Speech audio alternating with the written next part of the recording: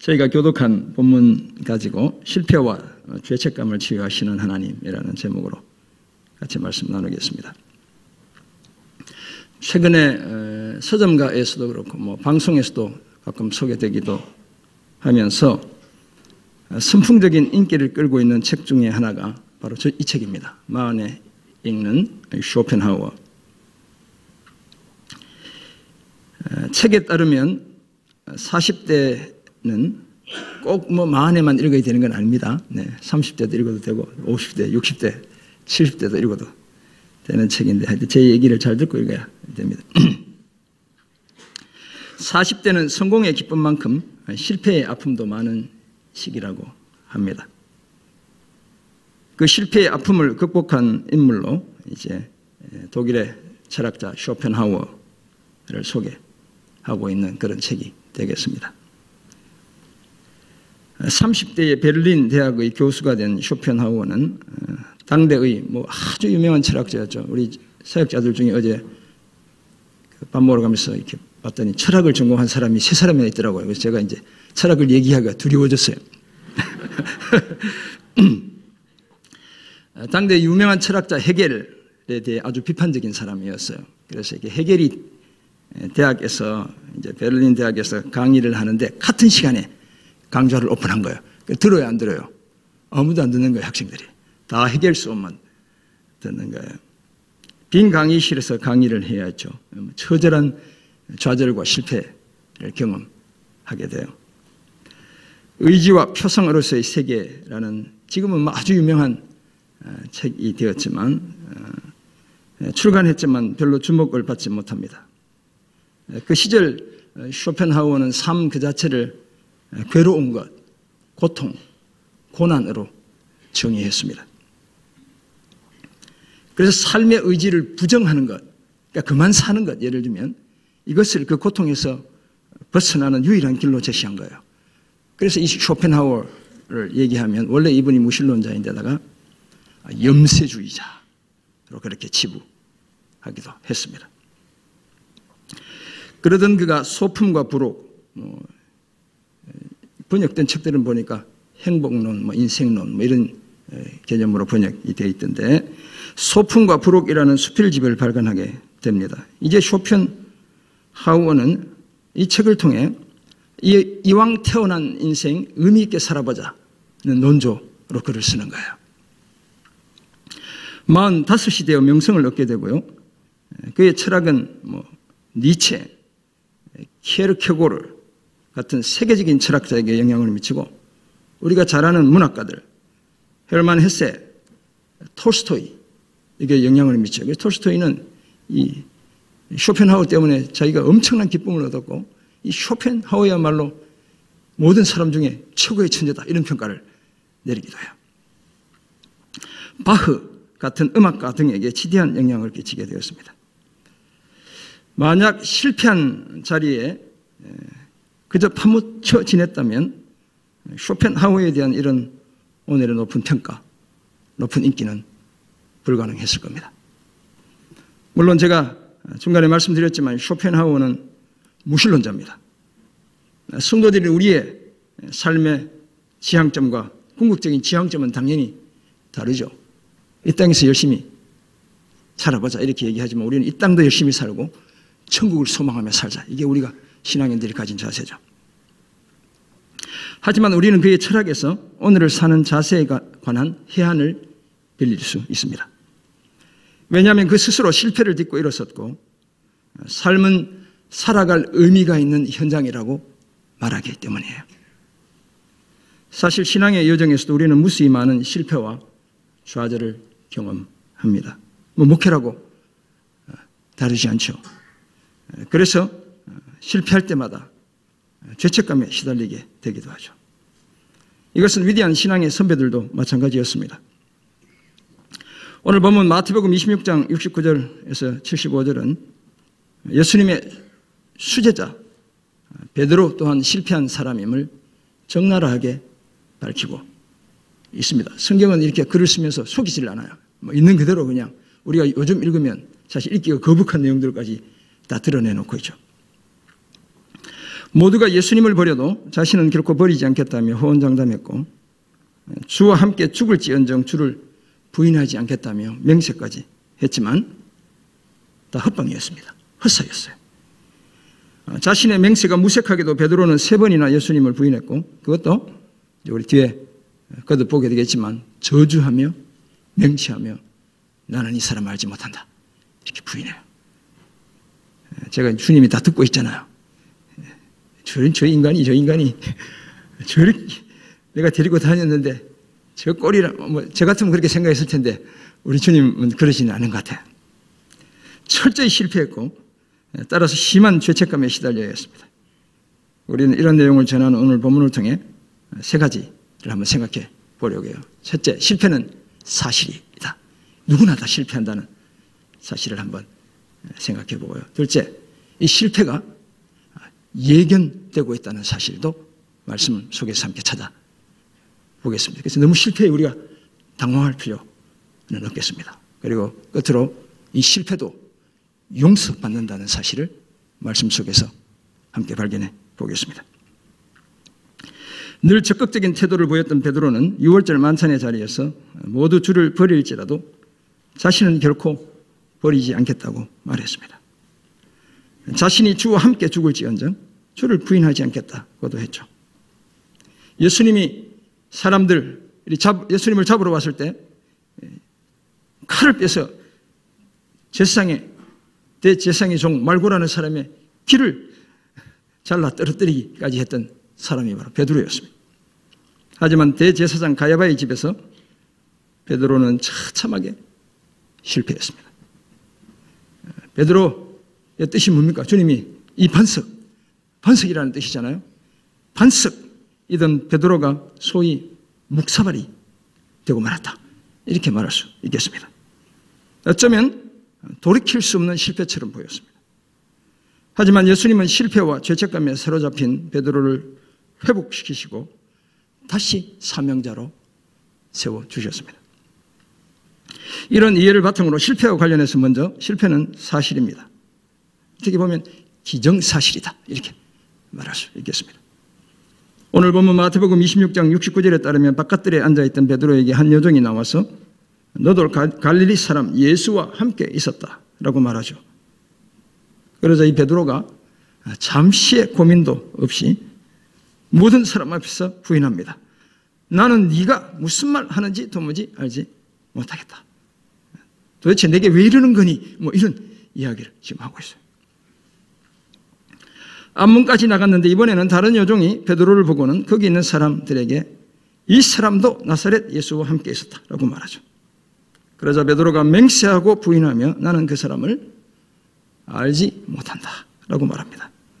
조금 후에 곁에 섰던 사람들이 베드로에게 다가와서는 너도 진실로 그 도당이다. 네 말소리, 네 말의 악센트가 너를 표명한다라고 말하죠. 네가 하는 말을 들어보니 갈릴리 사투리를 쓰는데 너도 확실히 저도 이렇게 시골에서 왔기 때문에 제 억양 속에 다 이렇게 잠재되어 있죠. 막 일부러 서울말 억지로 배우려고 하지 않았기 때문에 이 말 들어보니까 시골 촌놈인데 그것도 갈릴리 촌놈인데 확실히 니도 한패구나 이렇게 이야기를 하는 거야. 그러자 베드로가 저주하고 맹세하여 나는 그 사람 알지 못한다는 거예요. 와 진짜 어떻게 이럴 수가 있는가 이런 생각이 들죠. 근데 다 우리도 이래요 사실. 그랬더니 닭이 우는 거예요. 이에 베드로가 예수님의 말씀에 딱 울기 전에 네가 3번 나를 부인하리라는 그 말씀이 생각나서 밖에 나가 심히 통곡을 하게 되죠.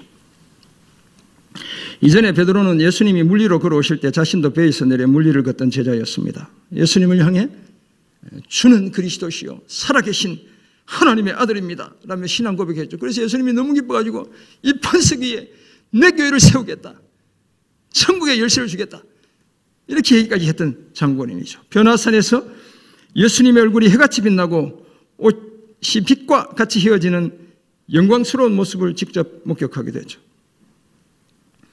방금 전까지만 해도 모두가 주를 버려도 자신은 결코 버리지 않고 자신은 주와 함께 죽었으면 죽었지 절대로 부인하지 않겠다고 맹세까지 했던 사람이었죠.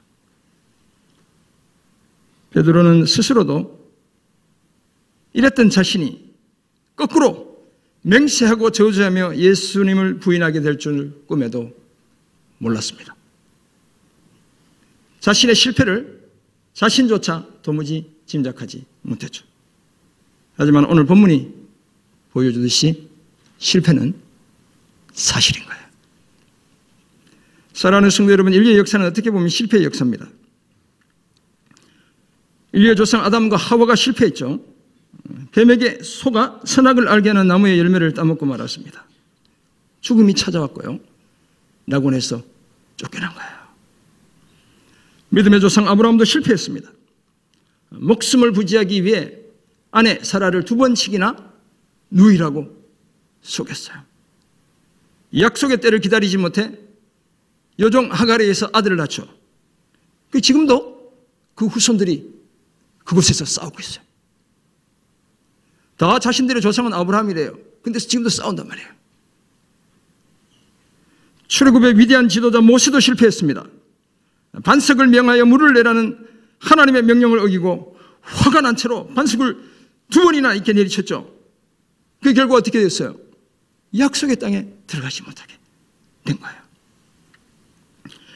하나님의 마음에 맞는 사람 다윗도 실패했습니다. 충성된 신하 햇사람 우리아의 아내 밧세바를 범하고 말았죠.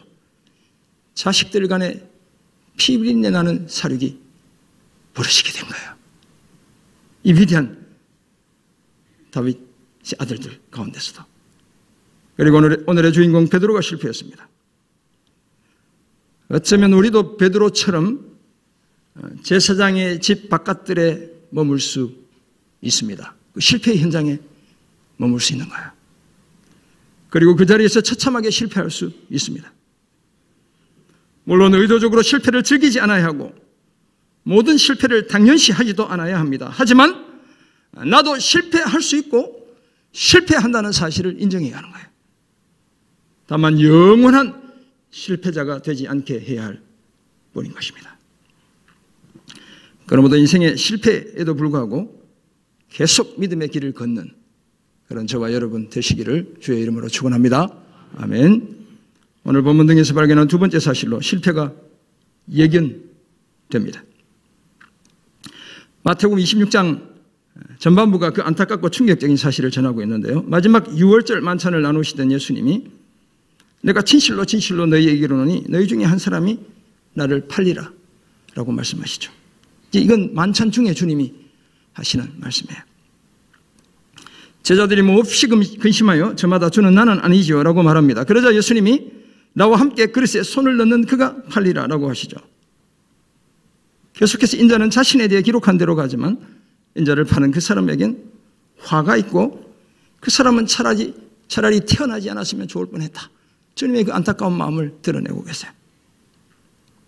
그런데 예수님을 파는 유다, 랍비여 나는 아니지요 라고 말했지만 예수님은 네가 말했다 라고 하시며 이 가룟 유다가 자신을 팔게 될 것을 분명히 하셨습니다. 사실 이 대화가 있기 전에 마태복음 26장 15절 16절 보면 그때 유다는 이미 은 30을 받고 예수님을 넘겨줄 기회를 엿보고 있던 바로 그 시점이었던 것이죠. 여기에다 베드로의 실패 또한 예견되고 있습니다. 식사 후에 유다와의 이 대화는 식사 중에 하셨던 것이고 이제 식사 후에 베드로와 대화가 되는 거예요. 예수님이 제자들에게 오늘 밤에 저들이 다 자신을 버리고 흩어질 것을 예고하셨습니다. 그러자 베드로가 우리가 앞에서 봤던 내용이죠. 모두 주를 버릴지라도 나는 결코 버리지 않겠습니다 라고 말합니다. 하지만 예수님이 내가 진실로 내게 이르노니 오늘 밤 딱 울기 전에 내가 3번 나를 부인하리라 라고 베드로의 부인을 예견하셨어요. 베드로가 자신은 주와 함께 죽을지언정 주를 부인하지 않겠다고 했고 성경을 보면 모든 제자도 똑같이 얘기했다는 거예요. 하지만 이런 호언장담이 무색하게도 베드로는 예수님의 이 예견처럼 실패하고 말았습니다. 그런데 이렇게 두 사람이 다 실패했지만 실패 이후에 삶은 서로 판이하게 달랐습니다. 예수님을 판 유다는 죄책감을 이기지 못해 자신이 받은 은을 성소에 던져넣고 물러가선 스스로 목매어 죽고 맙니다. 참된 회개의 기회를 놓쳐버린 비극적인 결말이었습니다. 하지만 베드로는 달랐죠. 실패한 자신을 예수님이 돌이켜 보실 때 누가복음 보면 주님이 이 베드로를 보고 계신 거예요. 주의 말씀 곧 오늘 닭 울기 전에 네가 3번 나를 부인하리라 하심이 생각나 밖에 나가 심히 통곡했다는 거예요. 참혹하게 실패한 자신을 분명히 인정하는 회개의 눈물이었습니다. 이후 부활하신 예수님을 만났고 자신의 사랑을 고백했으며 예수님의 양을 먹이는 사명을 회복하게 됩니다. 우리가 마지막 단락에서 보게 될 겁니다. 사랑하는 성도 여러분, 찬송가 369장 죄짐 맡은 우리 구주의 2절 가사는 이렇습니다. 시험 걱정 모든 괴로움 없는 사람 누군가 부질없이 낙심 말고 기도드려 아뢰세. 이런 진실하신 친구 찾아볼 수 있을까? 우리 약함 아시오니 어찌 아니 아뢰할까? 이 찬송가의 가사처럼 예수님 우리의 약함을 다 알고 계시죠. 그래서 우리의 실패를 예견하시기까지 하시는 거예요. 따라서 우리가 실패하는 자리도 예수님이 함께 하시고 다스리는 자리인 줄 믿습니다. 그날 실패하는 제자 베드로와 함께 계시던 예수님은 오늘 우리의 실패도 예견하시고 그 자리에 우리와 함께 계신 줄 믿습니다. 더구나 예수님은 실패할 것이 분명한 제자들에게 요한복음 14장 1절을 보면 너희는 마음에 근심하지 말라. 하나님을 믿으니 또 나를 믿으라 라고 하셨어요. 요한복음 13장 마지막은 제자들이 베드로가 부인하게 되는 이 내용을 담고 있어요. 그런데 주님이 14장 연결되는 내용을 통해 이렇게 얘기하시는 거예요. 제자들이 실패할 것을 다 아시면서도 너희는 마음에 근심하지 말라. 하나님을 믿으니 또 나를 믿으라 라고 말씀하셔요. 실패한 저들을 끝까지 책임지시겠다는 약속의 말씀이에요. 그러므로 예견되는 실패를 통해 오히려 주의 도우심과 구원을 경험하는 그런 우리 모두가 되기를 주의 이름으로 축원합니다. 아멘. 끝으로 실패도 용서받습니다. 베드로의 눈물은 의심할 여지 없이 회복으로 이어지는 탄식과 회개의 눈물이었습니다. 어떻게 이런 일이 가능했을까요?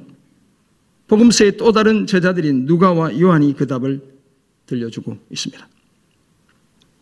누가에 따르면 예수님은 베드로가 자신을 부인할 것을 말씀하시기 전에 이미 그의 회복을 약속하시며 이렇게 말씀하셨어요. 누가복음 22장 31절 32절인데요. 시몬아 시몬아, 이 시몬은 이제 베드로를 이야기하잖아요.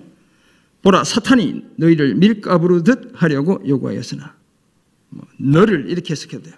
너희 하니까 여러 사람처럼 얘기하죠. 시몬아 시몬아 사단이 너를 밀가부르듯 요구하였으나 그러나 내가 너를 위하여 내 믿음이 떨어지지 않기를 기도하였으니, 주님의 기도 한번 보세요. 네 믿음이 떨어지지 않기를 기도하였으니 너는 돌이킨 후에 내 형제를 굳게 하라. 아멘. 실패를 예견하신 예수님께서 뭘 위해 기도하죠? 베드로의 믿음을 위해 기도하셨고 나아가 돌이킨 후에 계속 사명의 길을 걸으라고 당부하셨습니다. 감사하게도 예수님의 기도를 통해 베드로는 유다와는 달리 이 믿음에서 실패하지 않은 거예요. 즉시 회개했고 따라서 죄책감의 노예로 생을 마감하지 않아요. 복음을 전하다가 십자가에 거꾸로 매달려 순교하는 거예요. 요한에 따르면 이제 예수님은 실패한 베드로의 사랑을 확인하시죠. 부활하신 예수님이 제자들이 고기를 잡고 있던 갈릴리 호수에 찾아오셨고 숯불 위에 놓인 생선과 떡으로 제자들에게 조반을 먹이시죠. 우리 주님이 숯불구이 좋아한다고 제가 말씀드렸죠. 엘리야에게. 그때 저희 아내가 요즘 직화로 하는 건 발암물질 많다고 함부로 먹으면 안 된다는데 아무튼 건강 유의하면서 잘 드시기 바랍니다. 조반 후에 시몬 베드로에게 예수님이 요한의 아들 시몬아 내가 이 사람들보다 나를 더 사랑하느냐 라고 물으시죠. 그러니까 예수님과 이렇게 베드로의 이 대화가 많아. 베드로의 적극적인 성격 때문에 이게 한 것 같아요. 주님이 아가파오라는 단어를 써서 사랑하느냐 이렇게 물어요. 그때 베드로가 주님 그러하나이다. 내가 주님 사랑하는 줄 필레오라는 단어를 쓰고 있어요. 다 같은 사랑인데 이제 형제간의 사랑을 사실 이야기하죠. 주님께서 아시나이다라고 말하자 내 양을 먹이라라고 하시죠. 주님이 두 번 더 내가 나를 사랑하느냐 이렇게 물으셔요. 두 번째도 예수님이 아가파오로 물으셔요. 근데 베드로는 한결같이 필레오로 대답해요. 그때 예수님이 세 번째 물을 때 필레오로 묻는 거예요. 그때 베드로가 여전히 필레오로 대답했어요. 주님이 베드로의 그 사랑의 정도까지 감안하시고 베드로가 원하는 언어를 사용해 네가 나를 사랑하느냐 이렇게 물어주신 거예요. 그때마다 예수님은 내 양을 치라, 내 양을 먹이라 라고 하셨습니다. 세 번 실패한 베드로에게 세 번 사랑을 확인하셨고 그 사랑에 걸맞게 사명을 회복시켜 주셨습니다. 사랑하는 성도 여러분, 우리도 베드로처럼 실패하고 하나님께 실망을 안겨드리며 살아갑니다. 모르겠습니다. 우리 새벽을 깨우며 오신 우리 성도님들은 그러지 않겠지만 저는 목회적으로도 가정적으로도 개인적으로도 주님께 무수한 실망을 안겨드리며 살아온 인생이었어요. 그런데 주님이 이렇게 저를 불러서 말씀을 전하는 영혼을 돌보는 사명을 맡겨주신 것, 제가 가끔 너무 깜짝깜짝 놀라요. 사실 주님이 왜 이런 은혜를 저에게 부어 주셨을까 이런 고민들을 하면서 그 실패 때문에 때로 당혹스럽고 부끄럽기까지 하죠. 실패의 죄책감이 하도 커서 삶 전부가 실패한 것처럼 느껴지기도 합니다. 하지만 그런 때에도 우리는 믿음에서 실패하지 않아야 합니다. 그래야 십자가의 보혈의 공로로 실패와 죄책감에서 벗어날 수 있습니다. 거기에다 하나님을 향한 사랑을 늘 고백해야 합니다. 모든 것을 아시는 주님께 내가 정말 주님을 사랑한다고 고백해야 하죠. 이런 진실한 믿음과 사랑이 우리를 하나님이 주도하시는 진정한 회복으로 이끌 줄 믿습니다. 마침내 베드로처럼 우리의 삶과 죽음 모두를 통해 하나님께 영광 돌리는 복된 삶을 살아내게 할 줄 믿습니다. 그러므로 우리의 모든 실패가 다 용서받고 따라서 더 이상 죄책감에 시달리지 않는다는 사실을 기억하고 결코 믿음에서 실패하지 않아야 합니다. 뿐만 아니라 주를 위해 목숨까지 바치는 진실한 사랑을 고백하며 살아가야 합니다. 이런 믿음과 사랑의 삶을 통해 실패와 죄책감을 넘어 하나님이 주도하시는 진정한 회복을 경험하는 그런 우리가 되기를 주의 이름으로 축원합니다. 아멘. 오늘 세 가지 생각해 보았습니다. 오늘 기억하기 좀 쉽죠? 그래도 이렇게 좀 개념적이어가지고 또 기억하기 어려울 수도 있어요. 실패는 사실이고 실패가 예견되고 실패도 용서받아요. 네. 그렇다면 이 사실을 우리가 알고 있는 우리는 어떤 삶을 힘써야 할까요? 한 가지 말씀드립니다. 믿음과 사랑을 지켜야 합니다. 크고 작은 인생의 실패보다 더 무서운 것은 하나님을 향한 믿음과 사랑을 잃어버리는 것이에요. 믿음과 사랑에서 실패하는 것이 가장 큰 실패이고 때로는 회복할 수 없는 실패가 되고 맙니다. 그러므로 우리는 인생의 그 어떤 실패 속에서도 하나님을 향한 믿음과 사랑만큼은 반드시 지켜내야 합니다. 오늘 내 삶이 아무리 고달파도 설령 죽을 만큼 외롭고 힘들어도 믿음과 사랑만큼은 잃지 않아야 합니다. 하나님을 향한 믿음과 사랑은 일종의 생명줄인 거예요. 그래서 실패의 천길 낭떠러지로 떨어지는 우리를 반드시 살려냅니다. 마침내 하나님이 주도하시는 진정한 회복을 경험하게 하죠. 이런 확신 가지고 그 어떤 실패 속에서도 주님을 향한 믿음과 사랑 끝까지 지키는 우리 모두가 되기를 주의 이름으로 부탁드립니다. 아멘. 성경에 따르면 우리는 다 끔찍한 결점을 가졌습니다. 죄로 인해 완전히 부패했고 그래서 실패할 수밖에 없습니다. 아담도 아브라함도 모세도 다윗도 베드로도 실패했습니다. 이처럼 누구나 실패하기에 실패는 사실이에요. 더구나 그 실패가 예수님에 의해 예견되기까지 했습니다. 하지만 걱정하지 않아도 되는 이유는 우리의 실패도 용서받기 때문입니다. 하나님의 아들 예수님이 이미 우리 대신 십자가를 져 주셨습니다. 그러므로 우리는 주를 향한 믿음과 사랑 끝까지 지켜내야 되겠습니다. 이제 믿음과 사랑을 끝까지 지켜 실패와 죄책감을 넘어 하나님이 주도하시는 진정한 회복을 경험하는 우리 모두가 되기를 주의 이름으로 축원합니다. 아멘. 기도하겠습니다. 사랑의 주님, 주신 은혜의 말씀 기억합니다. 그것이 어떤 종류의 실패이든 하나님, 실패를 딛고 일어나 주님 주시는 진정한 회복 경험하는 저희들 다 되게 도와 주옵소서. 주님, 끝까지 믿음과 사랑 붙들고 한 해 동안 믿음의 여정 달려갈 때 주님께서 인도하시고 책임져 주셨다는 아름다운 고백, 간증 있는 저희들 다 되게 도와 주옵소서. 하나님, 이 시간 특별히 연약한 지체들을 위해 우리가 이름 불러가며 기도할 때 치료하시고 회복해 하시는 놀라운 은혜 주여 허락해 주옵소서.